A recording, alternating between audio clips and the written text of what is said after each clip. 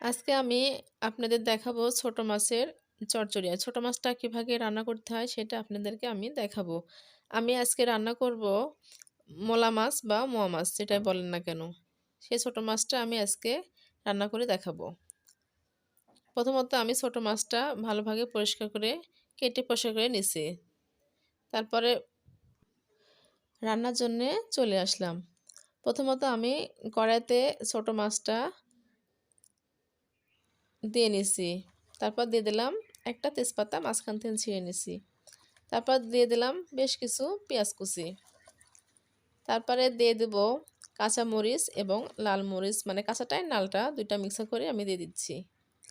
তারপর দিয়ে দিব আদা জিরা আর রসুন পেস্ট। তারপর দিয়ে দিলাম হলুদ গুঁড়া। তারপর দিয়ে দিব ধনিয়া গুঁড়া। এবার দিব মরিচের গুঁড়া। কালারের জন্য আমি মরিচের গুঁড়াটা দিয়েছি অল্প পরিমাণের। তারপরে দিয়ে দিব লবণ। তারপর দিয়ে দেব কাঁচা জিরা।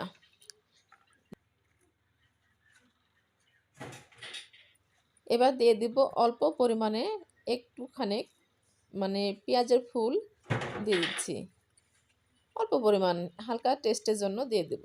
তারপর দিয়ে দিব সরিষার তেল, কারণ ছোটো মাছ রান্না করতে সরিষার তেলটা বেশি টেস্ট আসে, সেজন্য আমি ছোটো মাছের সরিষার তেলটা দিয়ে দিলাম। তারপরে দেখেন আমি সবগুলো একসাথে করে মিক্স করে নিচ্ছি বা মাখায় নিচ্ছি। আমি যে সরিষা তেল দিয়ে রান্না করি সেটা আমার গ্রামের বাড়ি থেকে আমি ভাঙিয়ে নিয়ে আসি। আর আমি সবসময় খাঁটি সরিষা তেলটা খাওয়ার চেষ্টা করি। আপনারাও খাঁটি সরিষা তেলটা খাওয়ার চেষ্টা করবেন, কারণ খাঁটি সরিষা তেলের ফ্লেভারটা অনেক ভালো, সেই সাথে অনেক পুষ্টিগুণও রয়েছে এবং স্বাস্থ্যের জন্যও ভালো। আমার রান্নাটা শেষ, আমি এখন পরিবেশন করলাম। আর ছোটো মাছটা এভাবে রান্না করে খেয়ে দেখবেন, অনেক ভালো লাগবে।